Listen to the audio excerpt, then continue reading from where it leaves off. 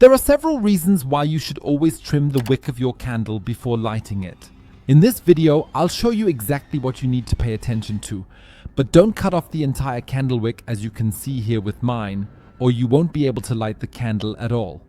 That's the wrong way to do it, and there are a few important things you need to keep in mind. But what actually happens if you don't trim the wick regularly?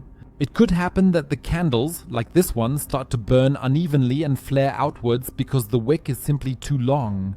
With candles that have been lit several times, you often see these thick crusts forming at the top of the wick. And these are exactly the problem, because when you light the candle again, they cause the flame not only to flicker strongly, but usually also to produce a lot of soot, as you can clearly see here. Of course, that's very unpleasant and also smells bad. That's why, with these kinds of candles, you should always make sure to trim the wick as well. Because if you regularly cut the wick to exactly the right length, you'll see that candles burn down much more evenly. Nothing folds outward, and that also ensures that the candles look much better. But how exactly should you trim the wick?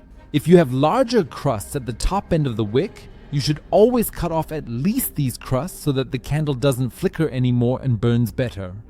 Of course, you can simply throw away the leftover piece in the trash.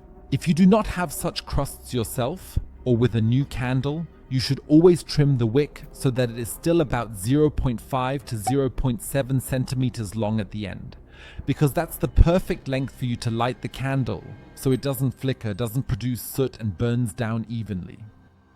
And you really should do this with every candle before you light it, and even if you've always done this so far, I'm sure you've never stored your candles in the freezer before lighting them.